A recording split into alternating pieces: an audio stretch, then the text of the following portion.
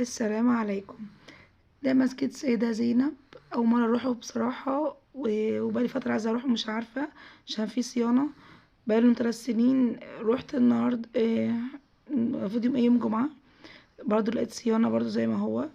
محدش بيزور اللي هو اللي بيقولوا عليه المقام ده، ولا مش عارفة اسمه ايه. وعاملين حاجز حريم مكان والرجالة في مكان. قلت لأولادي مطلعين عينيا، حاولت أصورلكوا على قد ما أقدر. قلت اشوف ايه الملفت في مساجد ديت واروح ازورها. ملقتش فيها اي حاجه بصراحه ملفته. ممكن مباني قديمه شويه وفي حاجات جميله. موضوع ان حاجه قديمه وقيمه مش اكتر.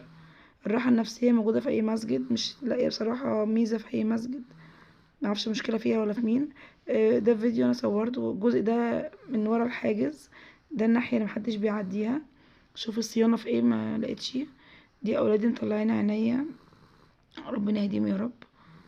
احنا في الطريق بقى ونروح نزور السيدة نفيسة ونشوف اي حاجة مميزة هناك. تعالى نشوف فيديو تاني عملنا ايه في السيدة نفيسة. متنسوش اللايك، والسلام عليكم ورحمة الله وبركاته.